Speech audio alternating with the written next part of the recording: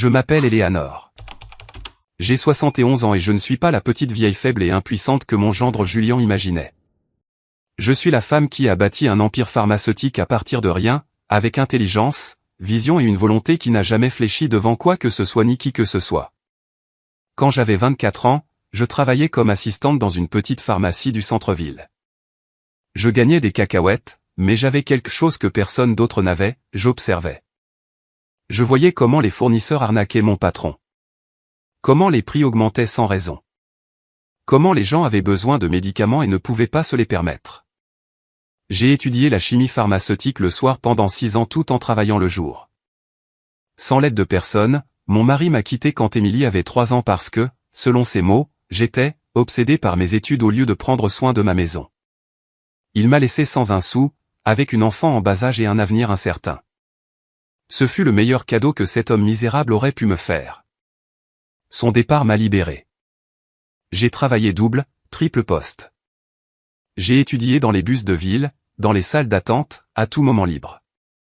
Émilie dormait dans l'arrière-boutique de la pharmacie pendant que je faisais l'inventaire jusqu'aux premières heures du matin. Nous mangions des sandwichs au beurre de cacahuètes et des nouilles instantanées presque tous les jours. Nous portions des vêtements de seconde main, mais jamais, jamais nous n'avons abandonné. Quand j'ai finalement obtenu mon diplôme, j'ai demandé un prêt que personne ne voulait me donner. J'ai frappé à 42 banques, 42 refus. À la porte 43, un vieux directeur de succursale m'a regardé dans les yeux et m'a dit « Vous avez du feu dans le regard.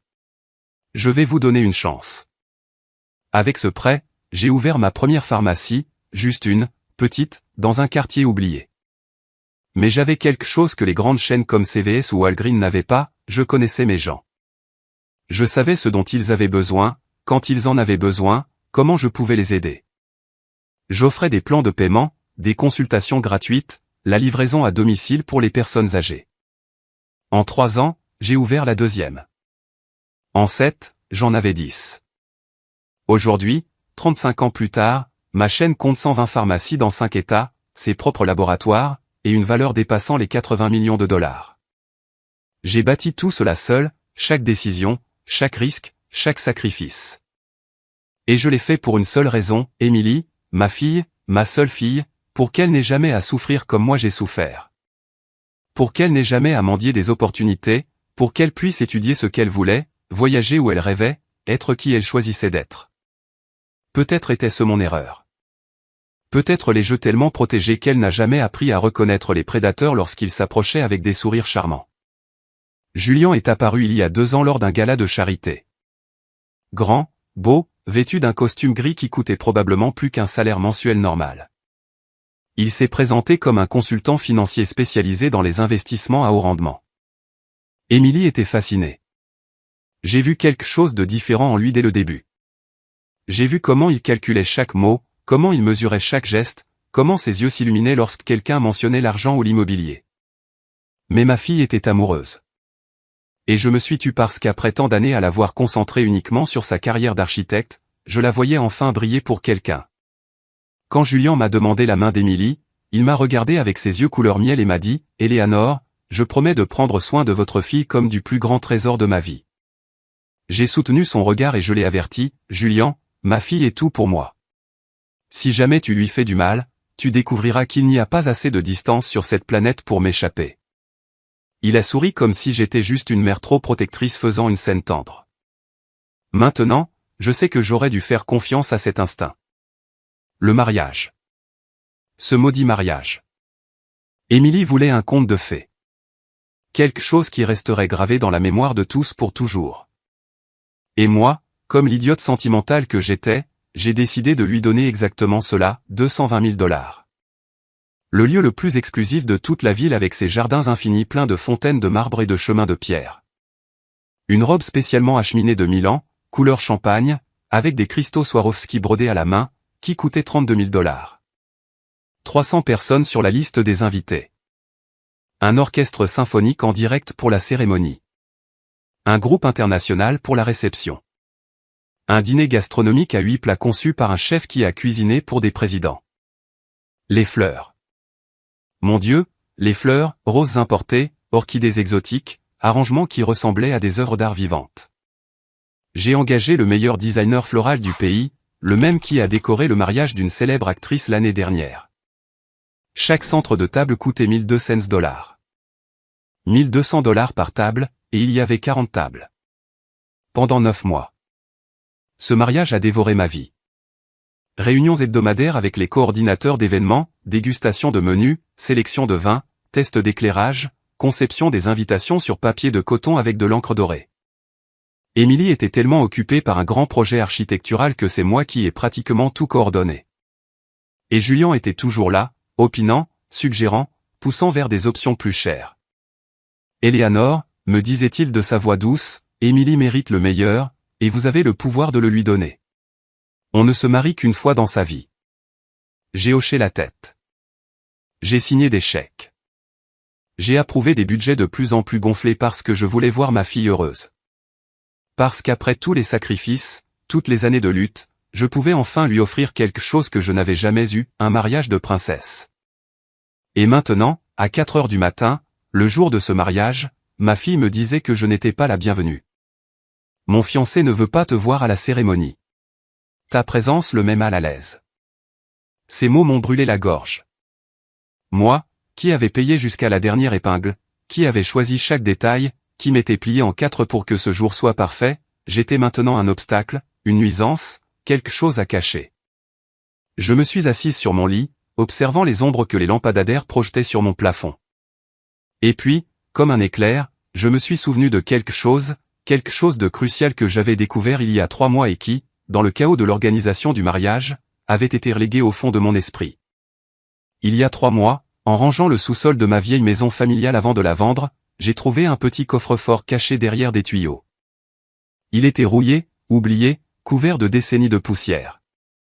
Il m'a fallu 2 heures pour l'ouvrir avec l'aide d'un serrurier. À l'intérieur se trouvaient des documents appartenant à mon père. De vieilles photos et une enveloppe Kraft scellée à la cire rouge qui semblait venir d'une autre époque. Je l'ai ouverte d'une main tremblante. C'était un testament. Le testament de mon père datait exactement 1 semaine avant sa mort. Et ce que j'y ai lu m'a coupé le souffle.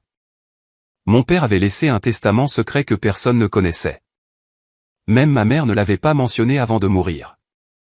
Dans ce document rédigé de l'écriture tremblante d'un homme malade mais lucide, mon père me léguait 60% des actions d'une société pharmaceutique appelée Valley Laboratory, une société qu'il avait fondée 40 ans auparavant avec son associé, un homme nommé Arthur Sterling.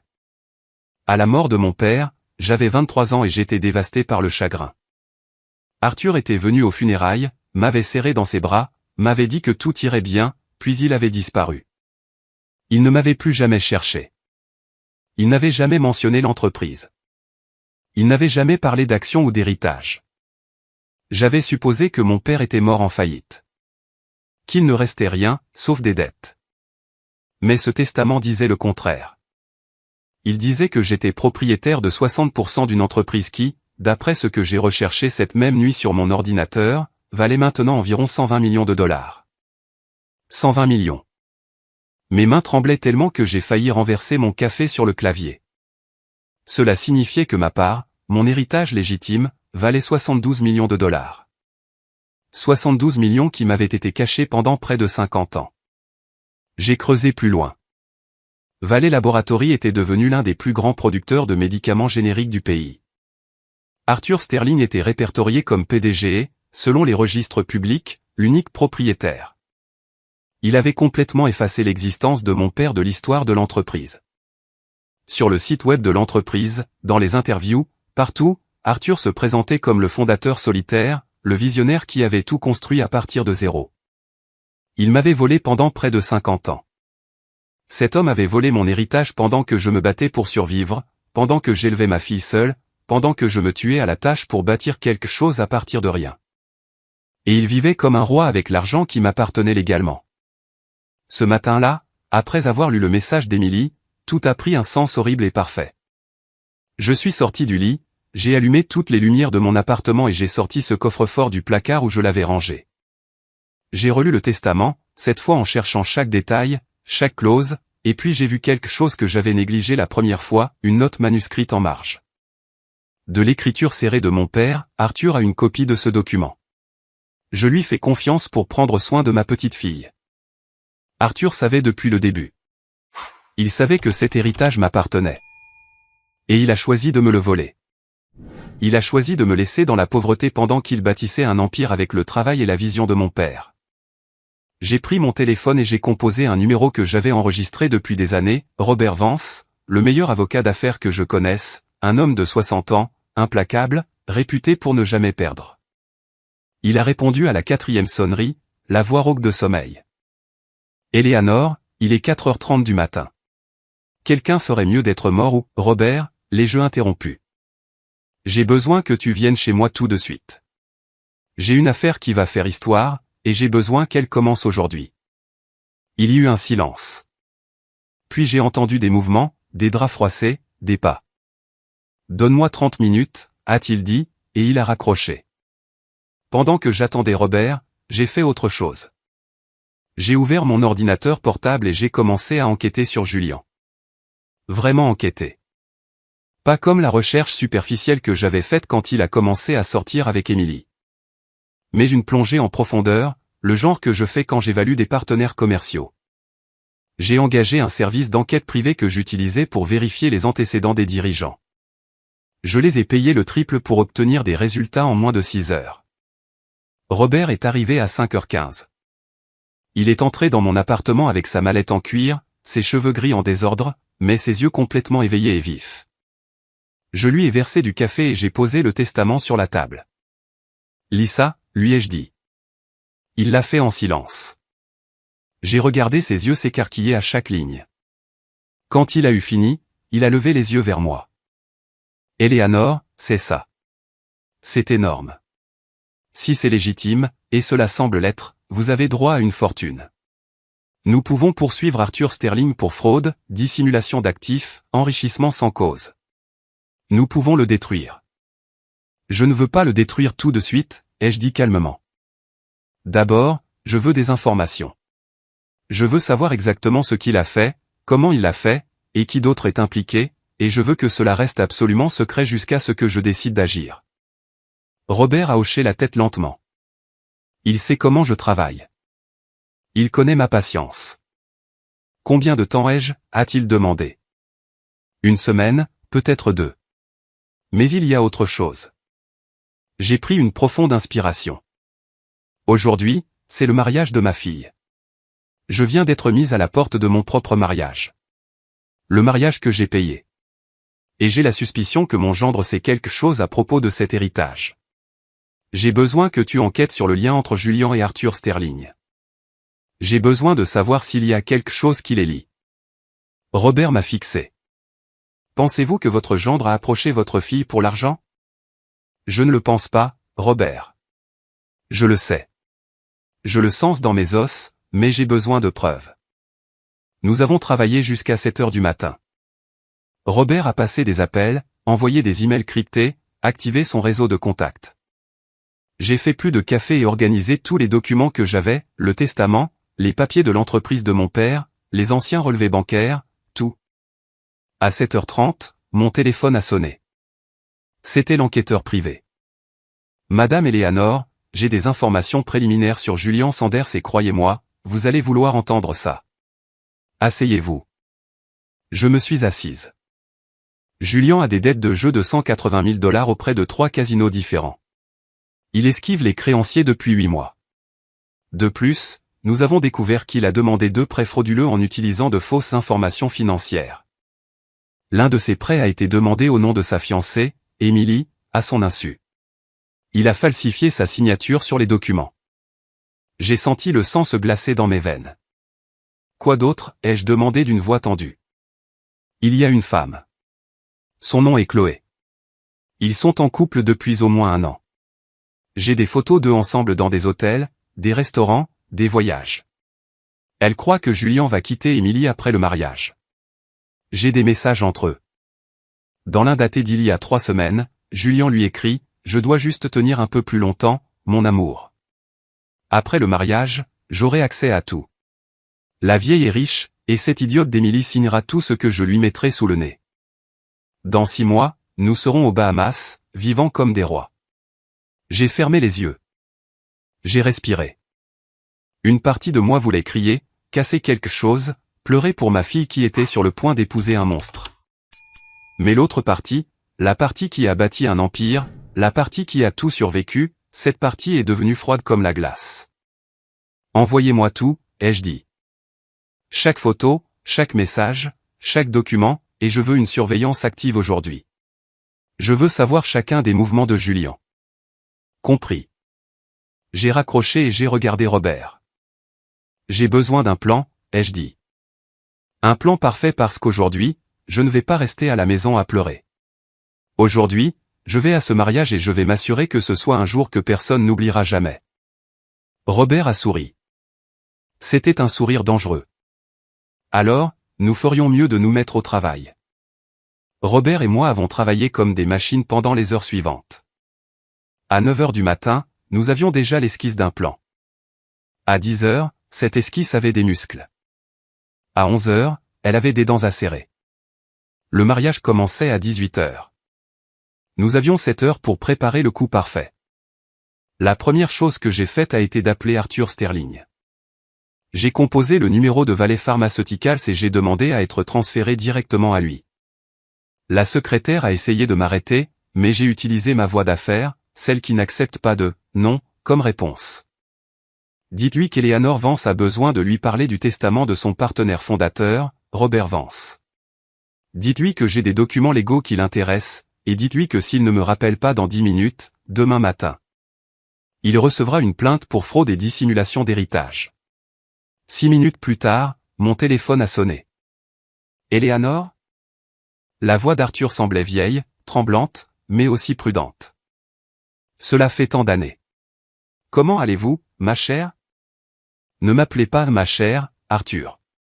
J'ai trouvé le testament de mon père, le vrai testament, celui que vous avez caché pendant près de 50 ans.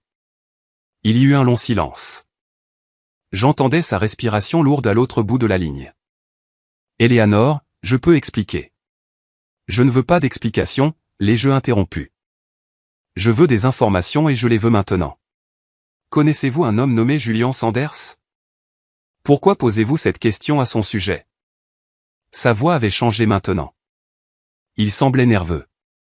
Répondez à la question, Arthur. Julian ? Julian est le fils de mon comptable, Frank ? Non, attendez. Frank Sanders. Il a travaillé pour moi pendant des années. Julian venait à l'entreprise quand il était enfant. Je le connais depuis qu'il a 12 ans. Mon cœur battait si fort que je pouvais l'entendre dans mes oreilles. Et quoi d'autre ? Quelle relation Julian a-t-il avec vous maintenant ? Il y a 2 ans, il est venu me voir. Il avait besoin d'argent. Il avait des problèmes de dette de jeu. Je lui ai prêté 50 000 $. Il m'a dit qu'il les rembourserait en 6 mois. Il ne l'a jamais fait. Puis il est revenu il y a 1 an et m'a dit qu'il avait trouvé la solution à tous ses problèmes, qu'il allait épouser la fille d'une femme riche, que bientôt il aurait accès à une fortune. Il vous a dit mon nom ? Pas directement, mais il a mentionné quelque chose à propos d'un héritage pharmaceutique. Il a dit que sa future belle-mère ne savait pas qu'elle était propriétaire de millions. Et puis j'ai fait le rapprochement. Eleanor, j'ai réalisé qu'il parlait de vous, de l'héritage de votre père que j'avais caché. Et qu'avez-vous fait, Arthur ? Avez-vous parlé de mon héritage à ce parasite ? Je lui ai parlé des actions. Je lui ai dit que s'il épousait Emily, il aurait éventuellement accès à cette fortune quand vous ne seriez plus là. J'ai suggéré des moyens d'accélérer le processus. Des documents qu'Emily pourrait signer. Des procurations, des fiducies. Eleanor, s'il vous plaît, laissez-moi expliquer. J'ai raccroché le téléphone. Je ne pouvais plus écouter sans vouloir fracasser quelque chose contre le mur. Robert me regardait d'une expression sombre. Nous l'avons eu, a-t-il dit simplement. Complot en vue de commettre une fraude. Cet imbécile vient de tout avouer. Vous avez enregistré l'appel, n'est-ce pas, ai-je demandé. Robert a levé son téléphone. Chaque mot. J'ai pris une profonde inspiration. Maintenant, j'avais le lien. Julian n'était pas tombé amoureux d'Emily. Il l'avait chassée comme un prédateur chasse sa proie. Et Arthur, l'homme qui avait volé mon héritage, lui avait donné la carte au trésor. À 12 heures, l'enquêteur privé a envoyé le dossier complet. Photos de Julian avec Chloé dans des situations sans équivoque romantiques, capture d'écran de messages où ils discutaient de leurs plans, documents des prêts frauduleux, relevés des dettes de jeu, tout méticuleusement organisé, vérifié, prêt à être présenté comme preuve. Robert a examiné chaque document avec un œil expert. C'est suffisant pour le mettre en prison, a-t-il dit. Fraude financière, falsification de documents, complot. Nous parlons de 3 à 7 ans de prison au minimum. Je ne veux pas qu'il aille en prison tout de suite, ai-je dit. D'abord, je veux qu'il souffre. Je veux qu'il perde tout devant tout le monde. Et puis, quand il sera complètement détruit, alors il ira en prison. Robert a hoché la tête. Il me connaissait assez bien pour savoir que quand je planifie quelque chose, je le fais bien. À 13 heures, j'ai engagé une équipe de production audiovisuelle. Je les ai payés $10 000 pour travailler avec une hâte absolue. Je leur ai envoyé toutes les photos et captures d'écran. Je leur ai demandé de créer une présentation vidéo professionnelle. Claire, impossible à ignorer, quelque chose qui pourrait être projeté sur de grands écrans. À 14 heures, j'ai appelé le lieu de l'événement.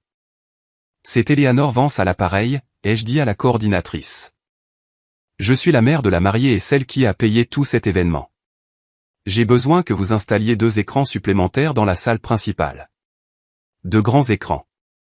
Et j'ai besoin d'un accès au système de projection. Madame Vance, ce n'était pas dans le plan original.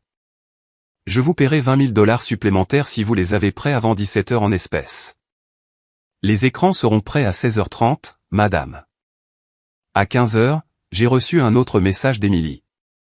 Maman, je suis tellement désolée pour ce matin. Julian est très stressé par le mariage. Peut-être pourrais-tu venir juste à la réception, pas à la cérémonie. S'il te plaît, comprends. J'ai lu le message 3 fois.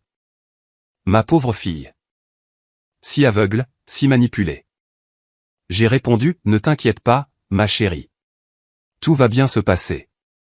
Je t'aime plus que tout au monde. C'était vrai. Je l'aimais tellement que j'étais prête à détruire son mariage pour la sauver d'un monstre. À 16 heures, Robert est arrivé avec 3 autres personnes. Un notaire public, un officier de la brigade des fraudes qui lui devait une faveur, et une femme élégante d'une 50aine d'années avec une mallette en cuir. Eleanor, a dit Robert, voici Sarah Jenkins, avocate spécialisée en divorce, spécialiste des annulations d'urgence. Si Emily décide de se sortir de ça aujourd'hui, Sarah peut commencer le processus immédiatement. Sarah m'a serré la main fermement. Madame Vance, c'est un honneur. Robert m'a expliqué la situation. Je veux que vous sachiez que je suis ici pour protéger votre fille. Si elle signe les papiers d'annulation aujourd'hui avant de consommer le mariage, nous pouvons l'annuler comme si cela n'avait jamais existé. Et les documents de procuration que Julian va probablement lui faire signer en lune de miel, ai-je demandé. Nul. Tout sera nul. Cet homme ne touchera pas un centime de l'argent de votre famille. À 17 heures, j'ai pris un bain. J'ai mis une élégante robe rouge vin que j'avais achetée il y a des années pour un gala. Je me suis coiffé. Je me suis maquillé avec soin. J'ai mis mes boucles d'oreilles en perles, celles que j'avais achetées avec mon premier gros profit en affaires. Je me suis regardé dans le miroir et j'ai vu la femme qui avait tout survécu, la femme qui avait bâti un empire. La femme qui était sur le point de sauver sa fille de la pire erreur de sa vie. Robert m'attendait dans le salon avec toute l'équipe. Prête, a-t-il demandé. Plus que prête, ai-je répondu. Donnons-leur un spectacle qu'ils n'oublieront jamais. Nous sommes montés dans 3 voitures. J'étais dans ma Mercedes noire, Robert et son équipe dans une BMW, l'équipe technique dans une camionnette avec tout l'équipement audiovisuel. Nous nous sommes dirigés vers le lieu de l'événement comme un convoi de justice. En chemin, j'ai reçu un message de l'enquêteur privé. Julian vient d'arriver dans le hall. Il est nerveux. Il ne cesse de vérifier son téléphone. Chloé lui a envoyé un message il y a 10 minutes, « Tu es pratiquement un homme marié maintenant, mon amour. Quand est-ce qu'on part d'ici ?» Il a répondu, « Bientôt, bébé. » Très bientôt. J'ai souri. Pauvre idiot. Il n'avait aucune idée de ce qui l'attendait. Nous sommes arrivés sur les lieux à 17h40. Les jardins étaient spectaculaires. Des fleurs partout. Des lumières accrochées aux arbres. Des chaises blanches parfaitement alignées. Un hôtel décoré comme un rêve. 220 000 $ ressemblaient exactement à 220 000 $. Les invités commençaient à arriver. Robes élégantes, costumes chers, personnes importantes, amis d'Émilie, famille de Julien, tout le monde souriant, tous inconscients de la bombe qui était sur le point d'exploser. Je suis entré par la porte principale la tête haute. La coordinatrice de l'événement a failli s'évanouir en me voyant entrer. Elle a couru vers moi les yeux écarquillés, agitant les mains comme si elle voulait m'arrêter physiquement. Madame Vance, Je pensais que vous ne viendriez pas, mademoiselle Émilie m'avait dit ça. J'ai changé d'avis, ai-je dit avec un sourire glacial. Après tout, j'ai payé chaque détail de ce mariage. Ce serait dommage de le rater, vous ne croyez pas? La femme a avalé difficilement et a hoché la tête nerveusement. Elle savait qui signait les chèques. Les écrans que j'ai demandés. Sont-ils prêts? Oui, madame. 2 écrans supplémentaires dans la salle de réception, comme vous l'avez demandé. Et nous avons un accès complet au système de projection. Parfait. Mon équipe technique a besoin d'un accès dans 15 minutes. Dites-leur de coopérer entièrement. J'ai traversé les jardins comme si j'en étais propriétaire, car c'était le cas. Chaque fleur, chaque lumière, chaque chaise, tout était payé avec mon argent. Les invités qui me reconnaissaient me saluaient avec surprise. Certains semblaient confus de me voir là. Julien avait probablement répandu des rumeurs selon lesquelles j'étais malade ou en voyage ou toute autre invention pour justifier mon absence. J'ai vu les parents de Julien près de l'hôtel. Franck et sa femme, une femme mince avec trop de maquillage et un faux sourire. Franck avait travaillé pour Arthur pendant des années. Il devait sûrement tout savoir sur mon héritage volé. Il avait sûrement aidé son fils à planifier cette escroquerie élaborée. Ils m'ont vu et le sourire de la femme s'est figé. Franck a visiblement pâli. J'ai soutenu son regard. Je n'ai pas détourné les yeux. J'ai vu la peur s'installer sur leur visage. Ils savaient que quelque chose n'allait pas. Ils pouvaient le sentir. Robert s'est approché de mon côté, discret mais présent. L'équipe technique est en train de charger les fichiers dans le système de projection, a-t-il murmuré. Nous avons un contrôle total. Quand vous donnerez le signal, les écrans montreront tout. Et l'officier de la fraude attend dehors avec la documentation complète. Au moment où Julien verra ce que nous allons montrer, il tentera probablement de fuir. Il n'atteindra pas la porte. À 18h pile, la cérémonie a commencé. La musique de violon a rempli l'air. Les invités ont pris place. Je me tenais à l'arrière, délibérément visible. Je voulais que Julien me voie. Je voulais qu'il sache que j'étais là. Et puis je l'ai vu. Julien est apparu marchant vers l'hôtel avec son témoin. Il portait un smoking noir impeccable que j'avais probablement payé aussi. Ses cheveux parfaitement coiffés, son sourire de publicité pour dentifrice. Il ressemblait au marié parfait, au gendre idéal, à l'homme que toute mère souhaiterait pour sa fille. Menteur, escroc, prédateur. Quand il a atteint l'hôtel et s'est retourné pour attendre la mariée, ses yeux ont balayé l'assistance, et il m'a trouvé. Il m'a vu debout à l'arrière dans ma robe rouge vin, le fixant. Son sourire a vacillé juste une seconde, mais je l'ai vu. J'ai vu la panique traverser ses yeux. Je l'ai vu avaler difficilement. Je l'ai vu essayer de reprendre son calme. Je lui ai souri. Un petit sourire calme, absolument terrifiant. La musique a changé. La marche nuptiale a commencé. Tout le monde s'est levé. Et puis je l'ai vue, mon Émilie, ma belle-fille, descendant l'allée dans une robe couleur champagne qui scintillait à chaque pas. Ses cheveux relevés dans une coiffure élaborée, son visage rayonnant de bonheur. Elle ressemblait à une princesse. Elle ressemblait à tout ce que j'avais rêvé pour elle. Et elle était sur le point d'épouser un monstre qui ne voulait que tout lui voler. Pendant un instant, juste un instant, j'ai hésité. Avais-je le droit de détruire ce moment? Avais-je le droit de ruiner ce qui devait être le jour le plus heureux de sa vie? Mais ensuite, je me suis souvenu des messages entre Julien et Chloé.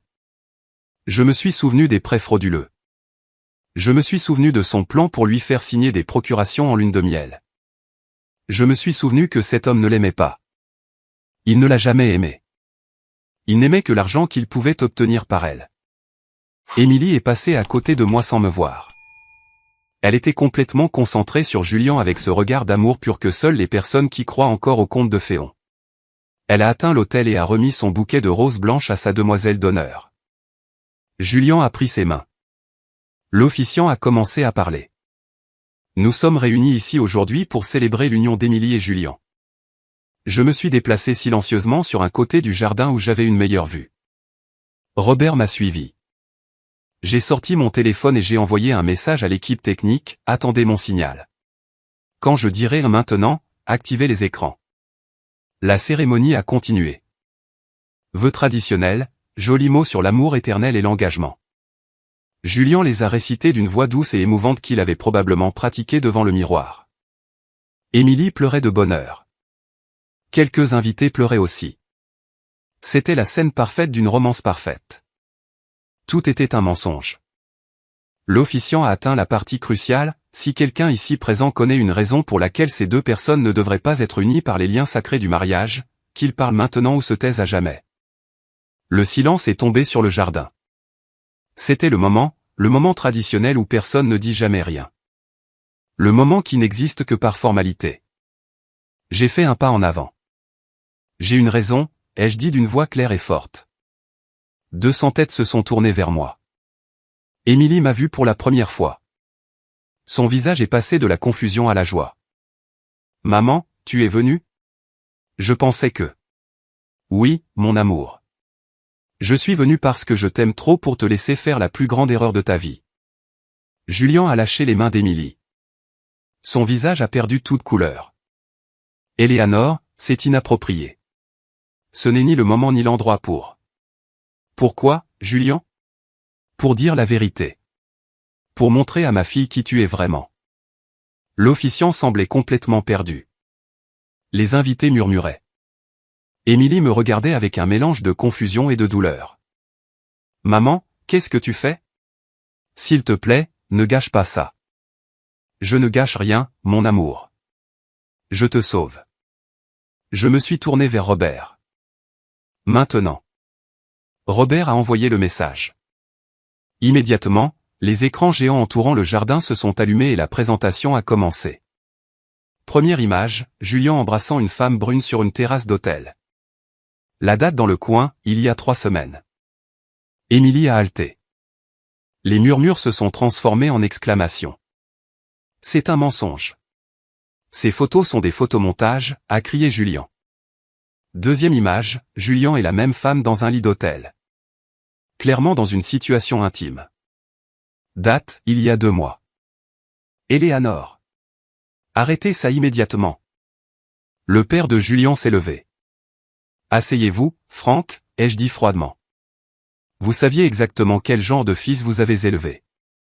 Troisième image, capture d'écran d'un message texte. Les mots projetés si grands que personne ne pouvait les ignorer, je dois juste tenir un peu plus longtemps, mon amour. Après le mariage, j'aurai accès à tout. La vieille est riche, et cette idiote d'Émilie signera tout ce que je lui mettrai sous le nez. Dans 6 mois, nous serons aux Bahamas, vivant comme des rois. Le silence qui a suivi était absolu. Émilie a trébuché. Sa demoiselle d'honneur a dû la soutenir. Non, ce n'est pas possible, a murmuré Émilie. Tout cela est une farce, a crié Julien. Éléanore invente tout parce qu'elle est jalouse de notre bonheur.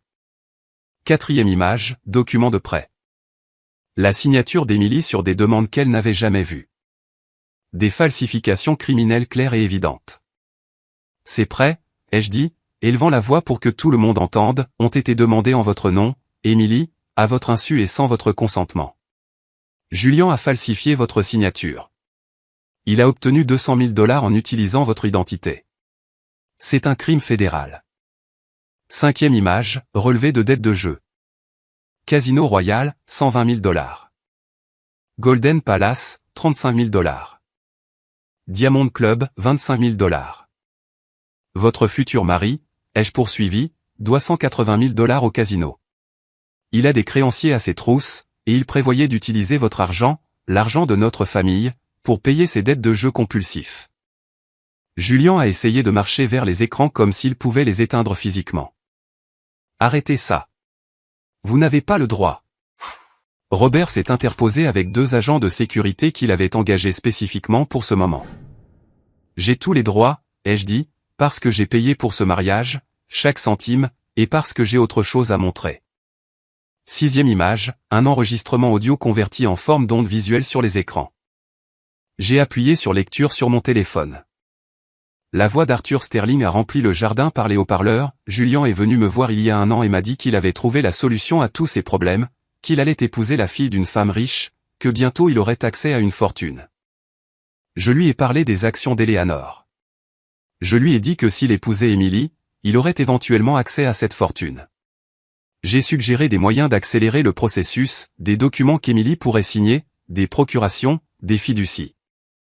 Le jardin a éclaté dans le chaos. Cris, halètements, gens qui se levaient. La mère de Julian s'est couvert la bouche de ses mains. Son père a essayé de s'enfuir, mais les agents de sécurité l'ont arrêté. Emily est tombée à genoux.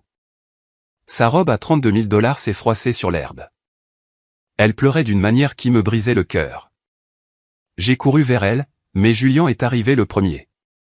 Emily, mon amour, écoute-moi. Rien de tout cela n'est vrai. Ta mère ment parce qu'elle n'a jamais approuvé notre mariage. Elle invente tout. Ne la touche pas, ai-je crié.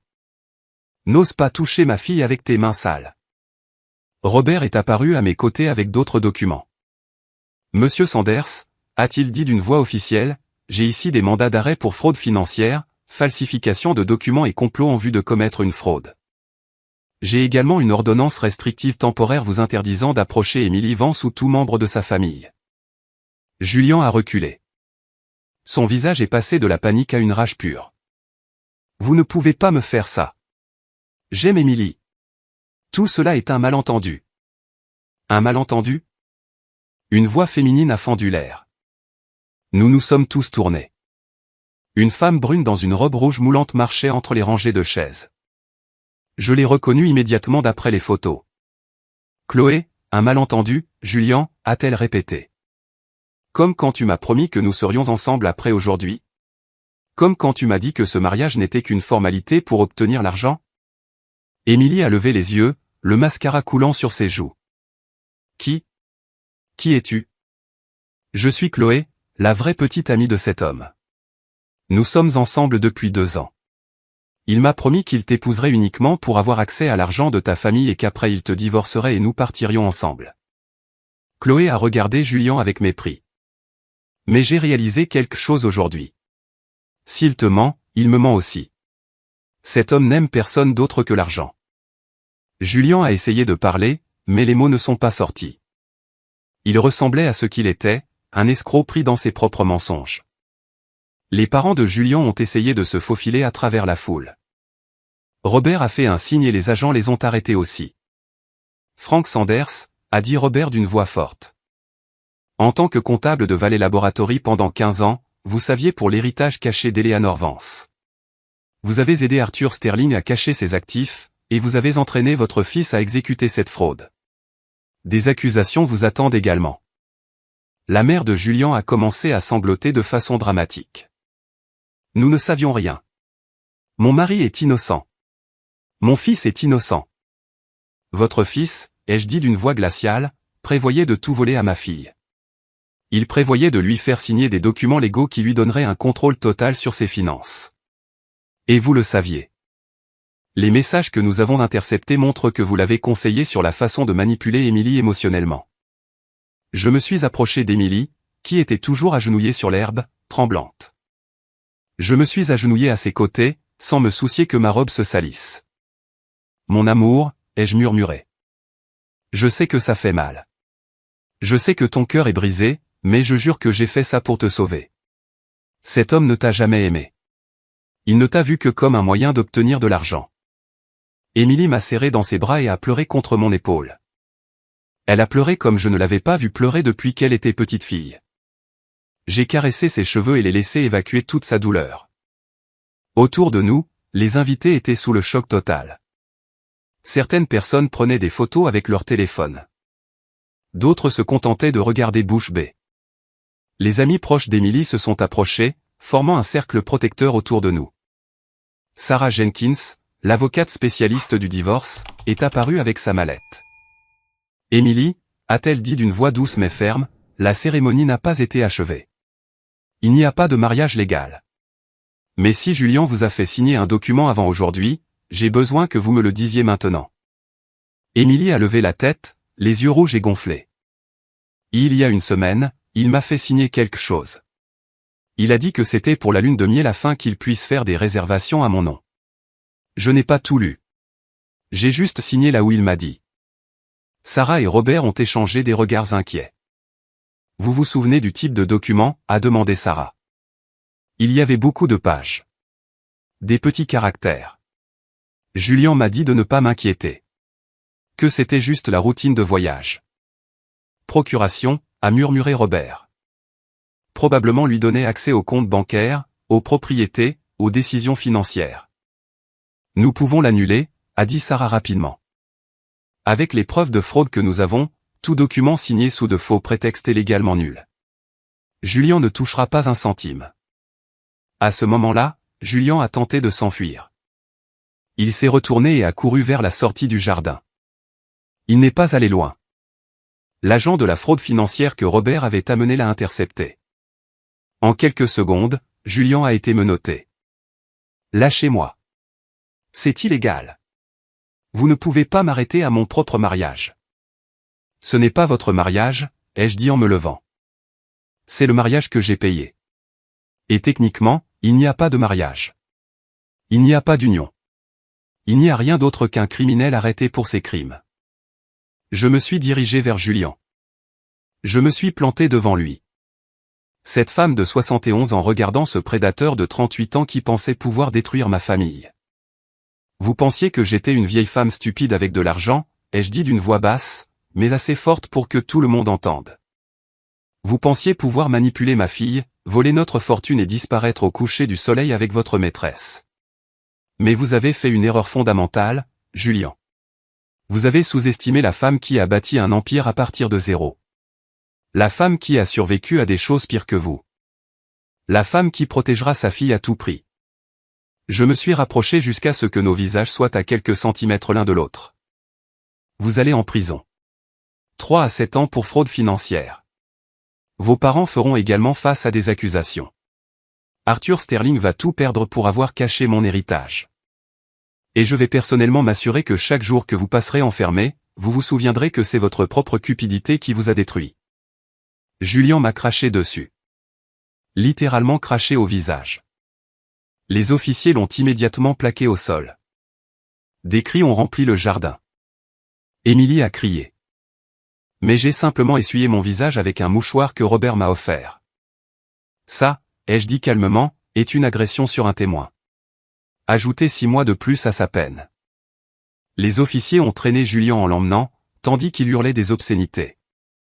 Ses parents ont été escortés derrière lui, la mère sanglotant toujours, le père dans un silence absolu. Chloé les regardait les bras croisés, une expression de satisfaction sur le visage. Je me suis approché d'elle. Merci d'être venue, lui ai-je dit. Elle m'a regardé, surprise. Vous saviez que je viendrais ? J'avais espéré. L'enquêteur que j'ai engagé vous suivait. Il savait que vous étiez près du lieu. Il savait que vous ne pouviez pas résister à l'envie de venir voir si Julian se mariait vraiment. Chloé a souri amèrement. Je suis venu gâcher le mariage, mais je vois que vous aviez déjà tout planifié. Vous avez été la cerise sur le gâteau, ai-je admis. Votre témoignage peut être utile au procès. Si vous coopérez avec les autorités, vous éviterez probablement les accusations de complicité. Elle a hoché la tête lentement. Je coopérerai. Ce salaud m'a utilisé autant qu'il a utilisé votre fille. Le jardin s'était transformé en une scène de chaos contrôlé. La moitié des invités étaient partis, scandalisés ou simplement mal à l'aise face au drame. L'autre moitié est restée, certains par véritable inquiétude pour Emily, d'autres parce qu'ils n'avaient jamais rien vu de tel et ne voulaient pas en manquer une seconde. Les serveurs se tenaient toujours près des tables dans la salle de réception, ne sachant que faire du dîner à 8 plats que personne n'allait manger. Emily était toujours assise sur l'herbe, entourée de ses amis les plus proches. L'une d'elles, Megan, m'a regardé avec un mélange de respect et de peur. Madame Vance, a-t-elle dit doucement. Nous pensions toutes que vous étiez trop protectrice avec Émilie. Nous pensions toutes que Julien était parfait. Je suis tellement désolé. Nous aurions dû voir les signes.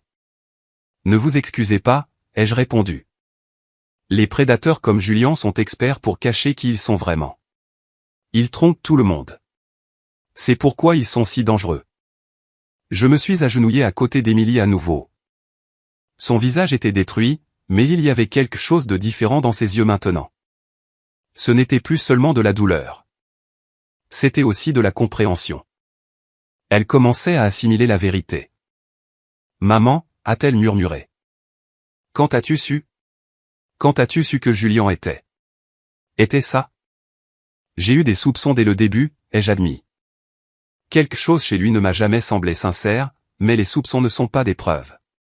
Alors, j'ai enquêté.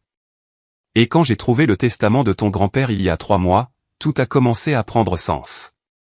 J'ai découvert qu'il y avait un énorme héritage qui m'était caché et j'ai découvert que Julien le savait, que tout son plan était de t'épouser pour accéder à cet argent.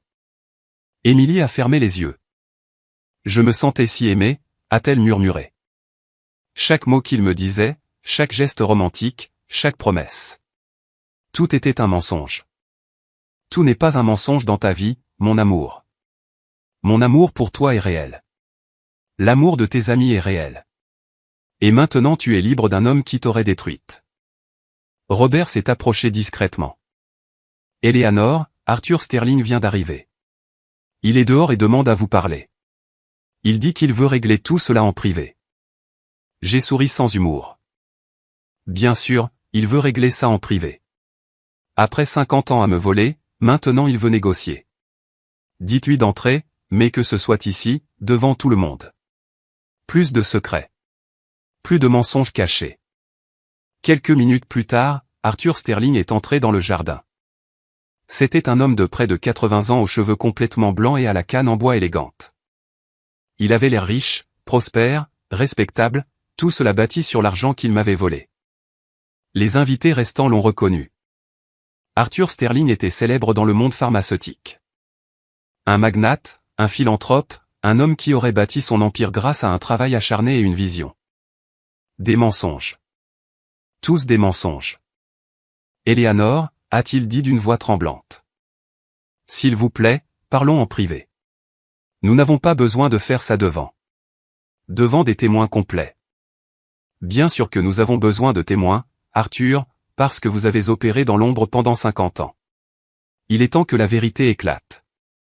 J'ai sorti une copie du testament de mon père de mon sac. Je l'ai tenu en l'air pour que tout le monde puisse la voir. Ce document, ai-je dit fort et clair, est le testament de mon père, Robert Vance, qui est fondateur de Valley Laboratory. Il y est écrit que mon père me lègue 60% des actions de la société. 60%. Cela fait de moi l'actionnaire majoritaire. Cela signifie que la société est légalement mienne. Des murmures de choc ont parcouru le jardin. Certains invités travaillaient dans l'industrie pharmaceutique. Ils savaient exactement ce que cela signifiait. Valley Laboratory, ai-je poursuivi, vaut environ 120 millions de dollars.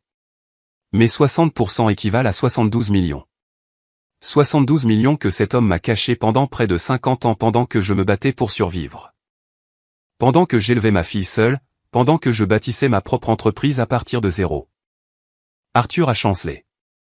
Il s'est appuyé lourdement sur sa canne. Eleanor, je peux expliquer. Votre père et moi avions un accord verbal. Il voulait que je dirige la société. Je pensais que... Vous pensiez quoi? Que vous pouviez ignorer un testament légal parce que cela vous arrangeait? Que vous pouviez voler la fille de votre partenaire et appeler ça un accord verbal? J'ai construit cette entreprise. Je l'ai fait grandir. Votre père était malade. Il ne pouvait pas travailler. Mon père vous a confié son héritage. Il vous a confié le soin de sa fille. Et vous m'avez trahi de la pire des manières.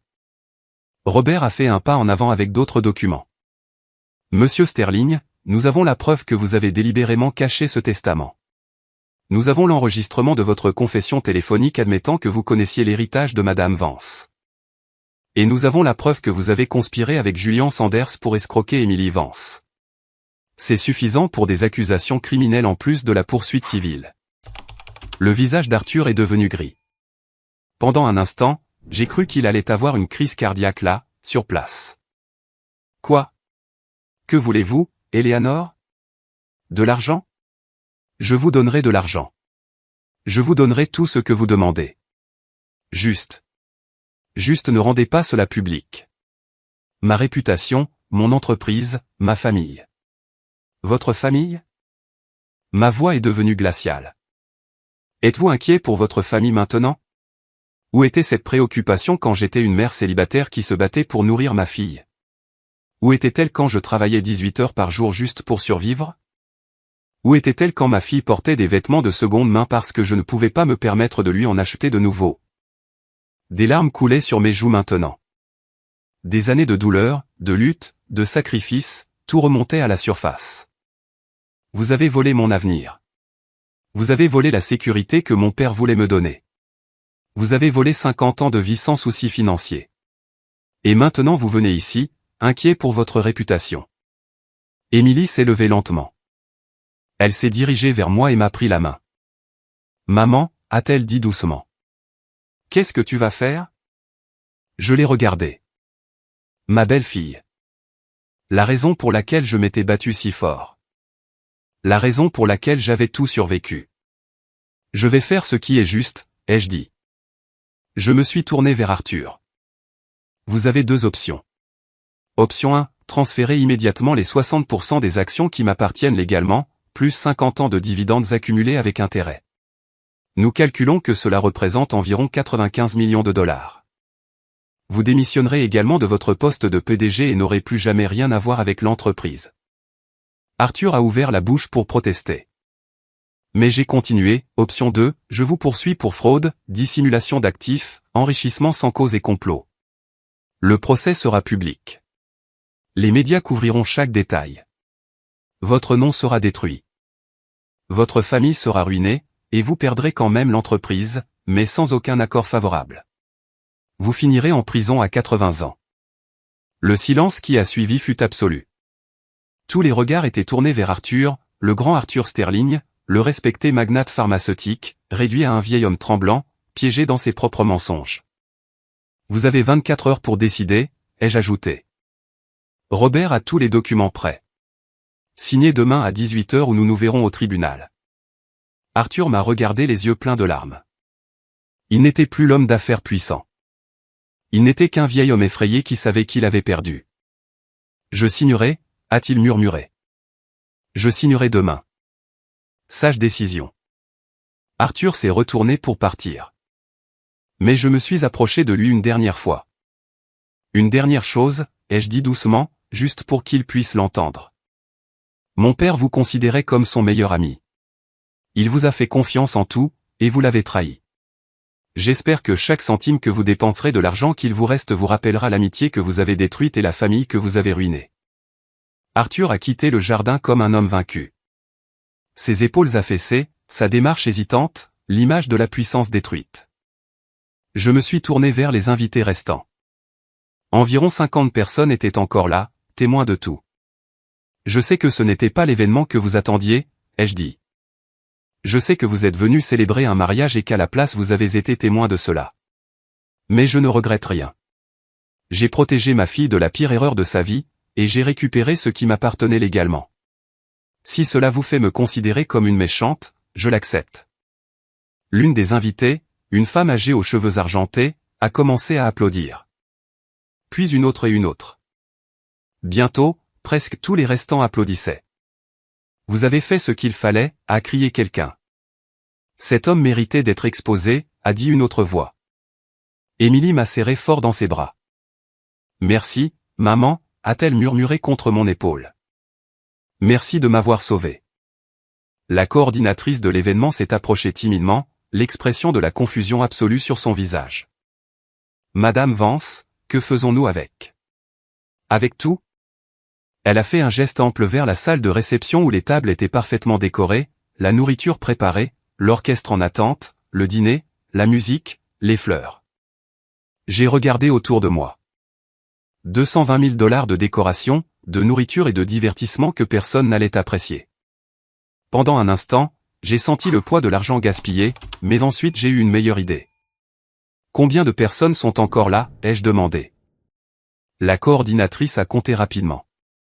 Environ 60, madame. Parfait. Dites-leur que tout le monde est invité à rester. Mangez, buvez, profitez de la musique. Je ne laisserai pas toute cette beauté se gaspiller. Et appelez un foyer pour femmes dans la ville, celui de Main Street. Dites-leur d'envoyer des bus. Invitez tous les résidents et le personnel à venir ici ce soir. Laissez-les profiter d'un dîner qu'ils n'oublieront jamais. La coordinatrice a cligné des yeux de surprise. Êtes-vous sûre, madame? Absolument. Ce soir devait être une célébration. Alors, célébrons. Célébrons la vérité, la justice et les femmes qui se sauvent des mauvais hommes. Émilie m'a regardé avec de nouvelles larmes dans les yeux. Mais cette fois, elles étaient différentes. C'étaient des larmes de gratitude, de soulagement, d'amour. « Maman, tu es incroyable », a-t-elle murmuré. 1 heure plus tard, la salle s'était transformée. Les 60 personnes qui étaient restées occupaient quelques tables, parlant à voix basse de ce dont elles venaient d'être témoins. Et puis les bus du foyer sont arrivés. 32 femmes de tous âges, certaines avec de petits enfants, sont entrées dans la salle avec des expressions d'admiration absolue. Une jeune femme, pas plus de 25 ans, avec un bébé dans les bras, s'est approchée de moi, des larmes coulant sur ses joues. « Madame, je ne sais pas qui vous êtes, mais ça. C'est comme un rêve.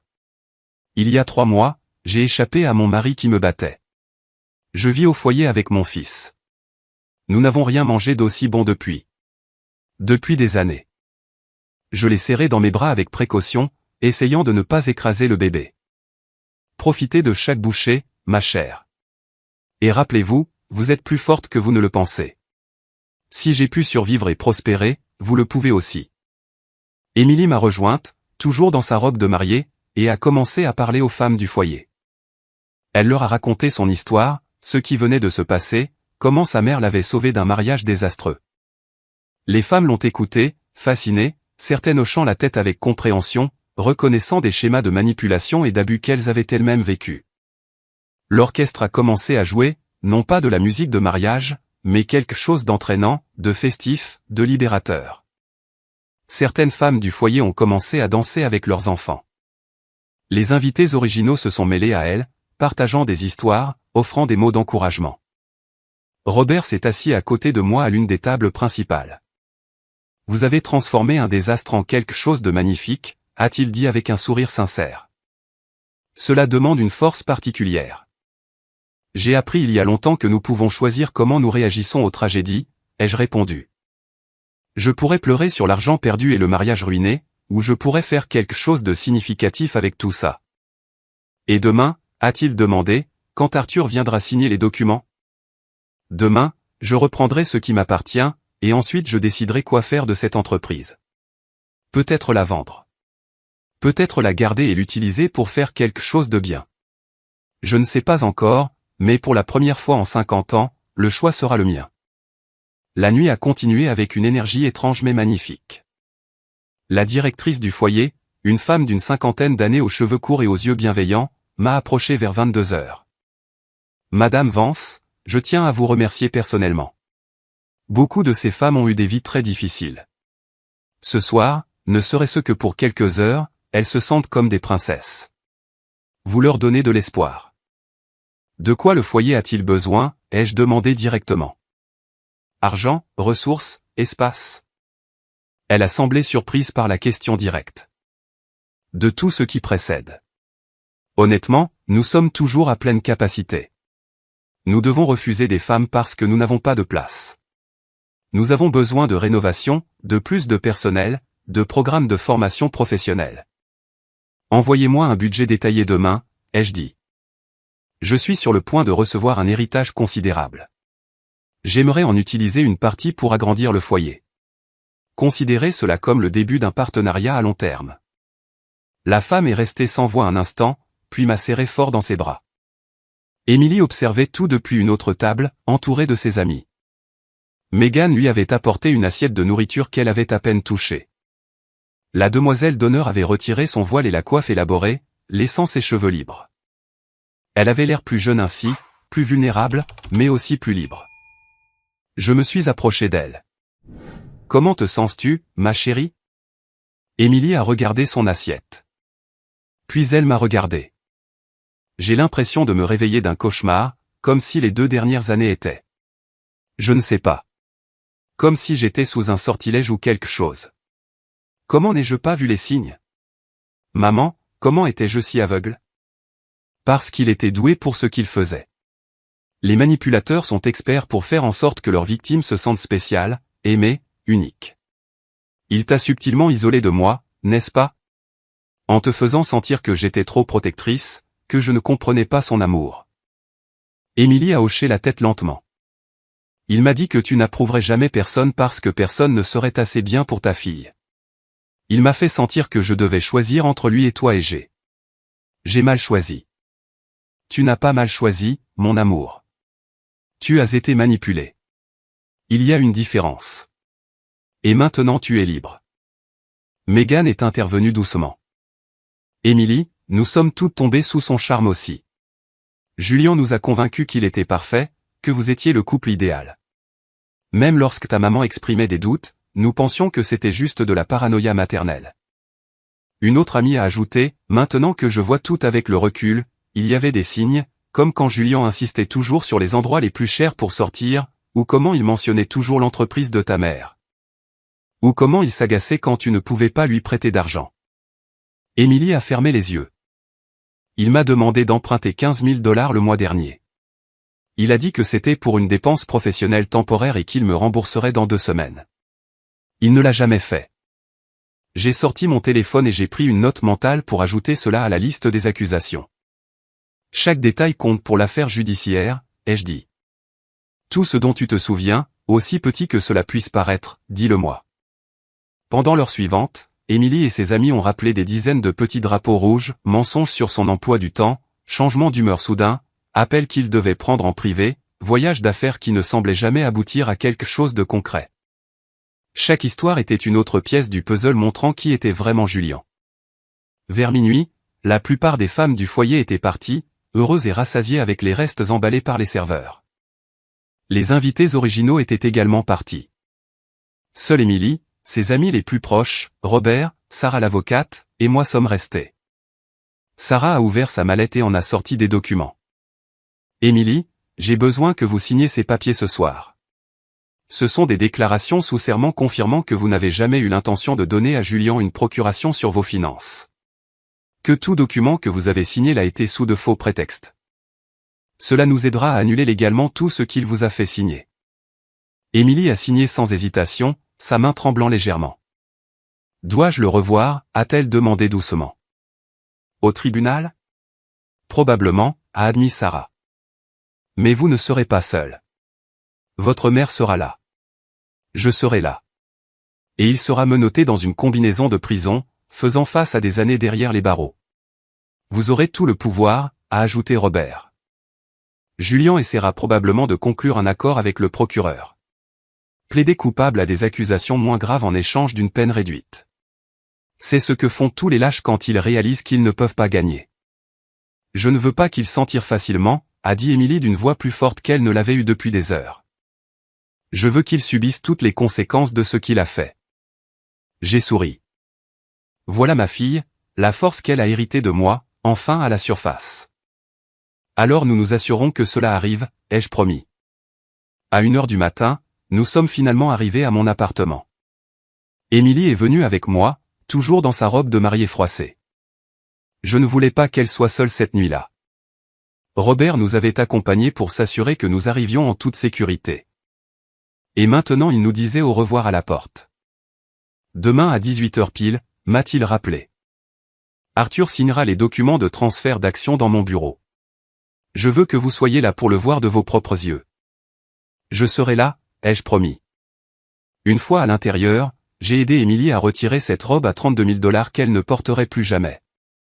Nous l'avons accrochée dans le placard comme un rappel fantomatique de ce qui aurait pu être. Je lui ai donné une de mes robes de chambre douce et j'ai préparé du thé à la camomille dans la cuisine. Nous nous sommes assises sur le canapé du salon avec les lumières de la ville clignotant à travers les fenêtres du 16e étage. Émilie tenait sa tasse à deux mains, regardant le liquide fumant comme s'il contenait des réponses. « Maman » a-t-elle dit finalement. « Comment fais-tu ? Comment as-tu survécu à tout ce que tu as traversé et es-tu restée si forte ?» J'ai pris une gorgée de mon propre thé avant de répondre. Je n'ai pas toujours été forte, mon amour. Il y a eu des nuits où j'ai pleuré jusqu'à m'endormir. Il y a eu des jours où j'ai voulu abandonner, mais j'avais une raison de continuer. Toi. Chaque fois que je pensais à abandonner, je te regardais dormir dans ton petit lit et je trouvais une force que je ne savais pas que j'avais. Émilie a posé sa tête sur mon épaule comme quand elle était enfant. Je suis désolé de t'avoir repoussé ces derniers mois. Julien m'a dit que tu étais autoritaire, que je devais fixer des limites. Maintenant je vois qu'il voulait juste m'isoler de la seule personne qui me protégeait vraiment. Les manipulateurs isolent toujours leurs victimes, ai-je expliqué. Cela fait partie de leur stratégie. Ils te font sentir que le monde est contre toi, que lui seul te comprend, que ta famille est le problème. C'est un schéma classique. Combien de temps as-tu enquêté avant d'agir ? 3 mois depuis que j'ai trouvé le testament de ton grand-père. Au début, je n'enquêtais que sur Arthur et l'entreprise. Mais quelque chose m'a dit de regarder plus en profondeur Julien aussi. Et quand j'ai trouvé le lien entre eux, j'ai su que je devais agir vite. Je ne pouvais pas te laisser épouser cet homme, sachant ce que je savais. Émilie s'est redressée, me regardant avec des yeux pleins d'admiration et de douleur mêlée. Ça a dû être horrible pour toi. Connaître la vérité, me regarder planifier le mariage, tout excité, t'entendre parler de Julien comme si c'était l'amour de ma vie. Ce fut l'une des choses les plus difficiles que j'ai jamais faites, ai-je admis. Chaque jour, je voulais te crier la vérité. Mais j'avais besoin de preuves solides. J'avais besoin de preuves que tu ne pouvais pas nier, parce que si je te l'avais dit sans preuve, Julien t'aurait convaincu que je mentais et il t'aurait éloigné de moi pour toujours. Tu avais raison. Je l'aurais probablement défendu. Je t'aurais probablement dit des choses horribles. Émilie a recommencé à pleurer. Je suis si stupide. Tu n'es pas stupide. Tu es humaine. Tu es une jeune femme qui voulait l'amour et une famille. Il n'y a rien de stupide là-dedans. Stupide aurait été de rester avec lui après avoir découvert la vérité. Nous sommes restés silencieux un instant, buvant notre thé. Puis Émilie a posé une question à laquelle elle pensait clairement. L'héritage de grand-père. 72 millions de dollars. C'est une somme impossible à imaginer. Je sais. Qu'est-ce que tu vas faire de tout cet argent ? J'ai regardé par la fenêtre, réfléchissant à la question. D'abord, je vais m'assurer que tu es financièrement protégé. Je vais créer une fiducie à ton nom que Julien ou tout autre manipulateur ne pourra jamais toucher. Deuxièmement, je vais agrandir le foyer pour femmes. J'ai vu les visages de ces femmes ce soir. Émilie, j'ai vu de l'espoir là où il n'y avait auparavant que du désespoir. Je veux en créer davantage. Troisièmement, je vais utiliser une partie de l'argent pour créer des programmes de formation professionnelle pour les femmes quittant des situations abusives afin qu'elles n'aient plus jamais à dépendre d'un homme pour survivre. Émilie a souri à travers ses larmes. Ça a l'air parfait. Très-toi. Et toi, ai-je demandé. Qu'est-ce que tu vas faire maintenant ? Tu avais des projets de lune de miel, des projets d'emménager avec Julien, des projets de vie. Émilie a regardé ses mains. J'ai besoin de temps. J'ai besoin de digérer tout ça. Peut-être voyager seul pendant un certain temps. Redécouvrir qui je suis sans que quelqu'un m'influence, et j'ai absolument besoin de thérapie. Beaucoup de thérapie. J'ai déjà engagé la meilleure thérapeute spécialisée dans les traumatismes de la ville, ai-je dit. Sarah l'a recommandé. Spécialisée dans les survivantes d'abus émotionnels. Tu as un rendez-vous après-demain si tu le souhaites. Émilie m'a serré fort dans ses bras. Tu as toujours 3 coups d'avance, n'est-ce pas? Ça vient avec des années de pratique. Nous avons veillé jusqu'à 3 heures du matin, parlant de tout. De bons souvenirs de son enfance qu'elle avait oubliés. De la façon dont j'avais bâti mon entreprise à partir de zéro. De ses rêves d'architecture qu'elle avait mis en pause pour Julien. Des projets futurs, des espoirs, des possibilités. Finalement, Émilie s'est endormie sur le canapé, épuisée émotionnellement et physiquement. Je l'ai couverte d'une douce couverture et l'ai regardée un instant, ma fille, ma raison d'être, en sécurité maintenant, protégée. Je suis allé dans ma chambre, mais je n'ai pas pu dormir. Mon esprit traitait encore tout ce qui s'était passé. En moins de 24 heures, j'avais détruit un mariage, exposé un escroc, récupéré un héritage volé et sauvé ma fille du désastre. C'était épuisant rien que d'y penser. À 5 heures du matin, j'ai renoncé à dormir et j'ai fait du café. Je me suis assise à mon bureau et j'ai commencé à examiner les documents que Robert m'avait envoyés par email. Les papiers de transfert d'actions, les calculs de dividendes accumulés, les conditions de la démission d'Arthur de son poste de PDG. Tout était là, méticuleusement préparé. Dans quelques heures, 50 ans d'injustice seraient corrigés. À 8 heures du matin, Émilie s'est réveillée. Nous avons pris le petit déjeuner ensemble dans un silence confortable, toast, œufs brouillés, jus d'orange. Des choses simples, des choses normales. Après le chaos d'hier, la normalité semblait un luxe. « Vas-tu à la signature ?» lui ai-je demandé. Émilie y a réfléchi un instant, puis a hoché la tête. « Je veux être là. Je veux voir l'homme qui a conspiré pour me voler. Je veux le regarder dans les yeux et lui faire savoir que je n'ai pas peur de lui. C'est ma fille. » À 17h30, nous sommes arrivés au bureau de Robert. C'était un élégant bâtiment d'entreprise du centre-ville, tout en verre et en acier. La salle de conférence au 20e étage offrait une vue panoramique sur toute la ville. Arthur était déjà là, assis sur une chaise avec son avocat à ses côtés. Il semblait avoir vieilli de 10 ans en une seule journée. Robert était à la tête de la table avec des piles de documents parfaitement organisés. Un notaire public attendait dans le coin. Tout était officiel, légal, irréversible. « Madame Vance », a dit l'avocat d'Arthur d'un ton condescendant, « mon client est prêt à transférer les actions comme convenu, mais demande que cela reste privé, qu'il n'y ait pas de déclaration publique, pas de poursuite supplémentaire. » Non, non, les jeux interrompus. Ce n'étaient pas les termes. Les termes étaient simples, transfert total des actions et des dividendes accumulés ou procès public. Il n'y a pas de négociation. Arthur a finalement parlé, sa voix brisée. « Éléanore, s'il vous plaît, pensez à ma famille. Mon petit-fils est sur le point d'obtenir son diplôme universitaire. Ma fille se marie l'année prochaine. Si cela devient public, cela détruira aussi leur vie. » Je me suis assise en face de lui, le regardant directement dans les yeux. « Arthur, quand mon père est mort et que vous m'avez laissé démuni, avez-vous pensé à ma famille? Avez-vous pensé à la petite fille qui devrait grandir sans père et sans l'avenir qu'il voulait lui donner? Y avez-vous pensé quand vous bâtissiez votre empire avec de l'argent volé? » Arthur a baissé les yeux. « Je suis désolé, » a-t-il murmuré. « Je suis vraiment désolé. Vos excuses arrivent 50 ans trop tard. » J'ai montré les documents du doigt. Signé. Maintenant. Arthur a pris le stylo d'une main tremblante. Page après page, il a signé son nom. Chaque signature était une reconnaissance de sa culpabilité. Chaque paraphe était un aveu de 50 ans de fraude. Le notaire a certifié méticuleusement chaque document.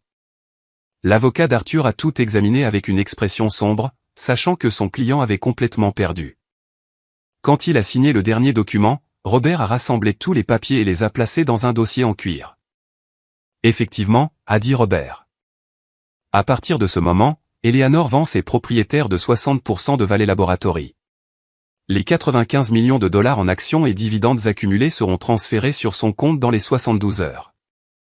Vous, Monsieur Sterling, démissionnez de votre poste de PDG et n'aurez plus aucune implication dans les décisions de l'entreprise à partir de maintenant. Arthur s'est levé lentement, s'appuyant sur sa canne. Il m'a regardé une dernière fois. J'espère que l'argent vous rendra heureuse, Éléanore. Il ne s'agit pas de bonheur, Arthur. Il s'agit de justice. Il s'agit de récupérer ce que mon père voulait que j'aie. Il s'agit de s'assurer que des hommes comme vous et comme Julien ne gagnent pas. Arthur a quitté le bureau sans un mot de plus. Son avocat le suivait à la hâte. La porte s'est refermée derrière eux et pendant un instant personne n'a parlé. Puis Émilie a brisé le silence. « C'est fini », a-t-elle dit d'une voix pleine d'admiration. « C'est vraiment fini. »« Cette partie ? » ?»« Oui, ai-je dit. Mais maintenant quelque chose de nouveau commence. Robert a souri et a levé un verre de champagne qu'il avait préparé pour ce moment. À la justice, a-t-il trinqué. Et aux femmes qui n'abandonnent jamais, avons-nous trinqué. Le champagne avait le goût de la victoire, de années de lutte enfin récompensées, d'un avenir qui, pour la première fois depuis des décennies, semblait radieux et illimité. Dans les semaines qui ont suivi, tout s'est déroulé exactement comme je l'avais prévu. Julien a été formellement accusé de fraude financière, de falsification de documents et de complot. Son avocat a essayé de négocier, mais le procureur, armé de toutes les preuves que j'avais rassemblées, a rejeté tout accord favorable. Le procès a été rapide. Chloé a témoigné contre lui, détruisant toute chance qu'il se présente comme une victime innocente. Les parents de Julien ont également été inculpés comme complices. Franck a perdu sa licence de CPA. La mère a été socialement ruinée. Julien a été condamné à 6 ans de prison. Lorsque le verdict a été lu, je l'ai observé depuis ma place dans la salle d'audience. Nos regards se sont croisés un instant. J'ai vu de la haine pure dans ses yeux. Mais j'ai aussi vu autre chose, la défaite. Il savait que j'avais complètement gagné. Émilie était au procès tous les jours, assise à mes côtés, plus forte chaque jour. Voir Julien menotter, voir son masque tomber complètement, voir le monstre exposé au monde, cela l'a aidé à guérir. Après le verdict, nous avons quitté le palais de justice ensemble. Les journalistes voulaient des interviews, des photos, des déclarations. Émilie leur a parlé d'une voix ferme et claire, cet homme m'a manipulé, m'a menti et a planifié de tout me voler. Mais ma mère m'a sauvé et maintenant je veux utiliser ma voix pour aider d'autres femmes à reconnaître les signes d'abus et de manipulation avant qu'il ne soit trop tard. J'étais si fier à ce moment-là. Je pensais que mon cœur allait exploser. Avec Valley Laboratory, j'ai pris une décision qui en a surpris beaucoup. Je n'ai pas vendu l'entreprise. Au lieu de cela, j'ai nommé une nouvelle PDG, une femme brillante de 40 ans ayant une expérience en produits pharmaceutiques éthiques. Ensemble, nous avons transformé l'entreprise. Nous avons baissé les prix des médicaments essentiels. Nous avons créé des programmes d'accès pour les communautés à faible revenu. Nous avons créé des fonds de recherche pour les maladies négligées que les grandes entreprises pharmaceutiques ignorent parce qu'elles ne sont pas rentables. J'ai transformé l'héritage terni de mon père en quelque chose qui le rendrait fier. Le foyer pour femmes a reçu un don de 10 millions de dollars. Avec cet argent, elles ont acheté un bâtiment plus grand, embauché du personnel supplémentaire, créé des programmes de formation professionnelle en technologie, en comptabilité et en métier. Les femmes passant par le foyer avaient désormais de véritables chemins vers l'indépendance financière. Elles n'avaient plus à choisir entre rester avec un agresseur ou vivre dans la rue. Émilie a pris 6 mois pour voyager seule. Elle est allée en Europe, en Asie, en Amérique du Sud. Elle a envoyé des photos de chaque ville, de chaque plage, de chaque montagne. Sur chaque image, elle avait l'air plus radieuse, plus libre, plus elle-même. À son retour, elle avait changé. Elle n'était plus la jeune femme naïve qui était tombée amoureuse d'un escroc. C'était une femme forte, consciente, prête à construire sa propre vie selon ses propres termes. Elle a repris sa carrière d'architecte avec une passion renouvelée. Son premier grand projet a été la conception de l'agrandissement du foyer pour femmes. Elle a créé des espaces sûrs mais aussi beaux, fonctionnels mais pleins d'espoir. Elle a remporté des prix pour ce design et, plus important encore, elle a gagné confiance en elle. 1 an après le mariage qui n'a jamais eu lieu, Émilie et moi dînions dans mon appartement. Nous avions établi la tradition de dîner ensemble chaque dimanche. Rien d'élaboré, juste nous deux. Des plats faits maison.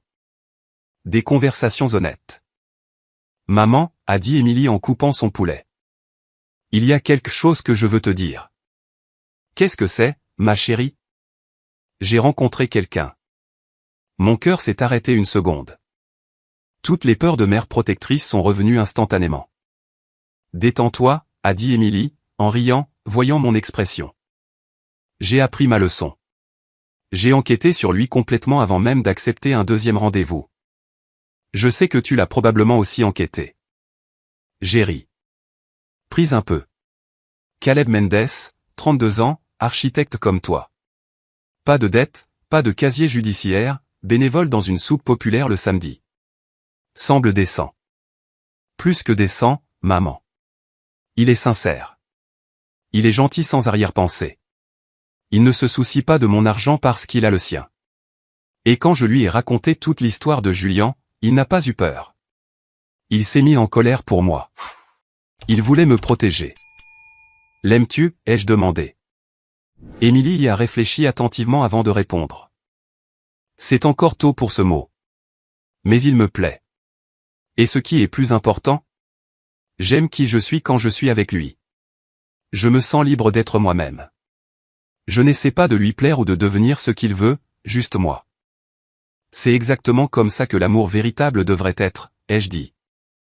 2 ans après ce matin-là, quand j'ai reçu ce message dévastateur, ma vie était méconnaissable, de la meilleure façon possible.